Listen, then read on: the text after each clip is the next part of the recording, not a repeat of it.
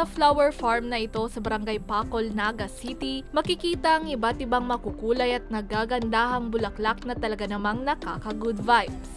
Taong 2009 nang buksan ang Pacol Flower Farm sa publiko ng Cut Flower Association at mula noon ay naging tanyag ng pasyalan dahil sa taglay nitong kagandahan. May lawak ang farm na 2 hektarya at may mahigit na 10 variation ng bulaklak.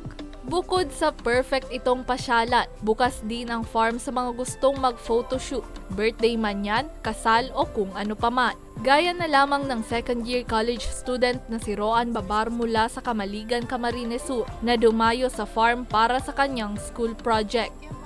Pumunta po kami dito kasi we have a submission po ng projects. Then ito pong handkerchief and necktie. Gawa ko po siya. Then kailangan po namin ng production shoot. Then we decided na dito lang po, tapos kasi nakita ko sa Facebook po na yung Flores de Octubre po. Then I decided na pumunta na lang po dito para doon i-conduct yung photoshoot ko, tapos with the theme of this like farmer po. Nakita ko po na sobrang ganda, sobrang bloom, and I hope po na every year na po siya magawa.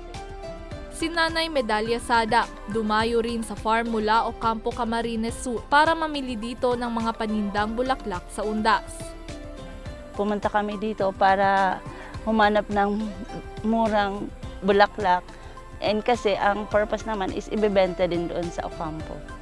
Maganda kasi ikaw na yung pipili nung makukuha mo, unlike sa sa store na minsan na din luma na. So dito makikita mo na talagang fresh pa siya. Dahil sa dinarayo na nga ang lugar, nitong Oktubre 26, itinatag din ng Naturang Asosasyon ang kanilang kauna-unahang Flores de Octubre.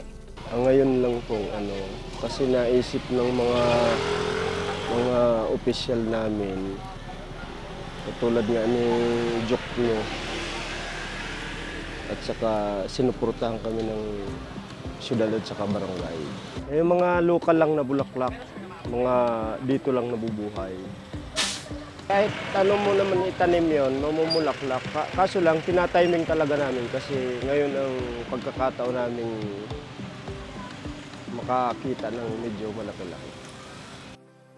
Dagdag pa niya, nais nilang maging taunang selebrasyon ang Flores de Octubre o Flower Festival sa kanilang lugar, lalo pat marami ang nahuhumaling bumisita rito.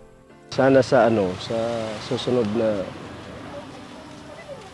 taon, namin, i-clearing namin ang lahat ng mga natitindahan namin dito para mas maganda na ang tsaka yung mga membro, kailangan mayroon talaga silang matitinda. Ang Flores de Octubre ay magtatapos sa Nobyembre 3. Araw-araw naman itong bukas para sa mga nais bumisita. Para sa mga balitang Tatak Bicol, May Insinares.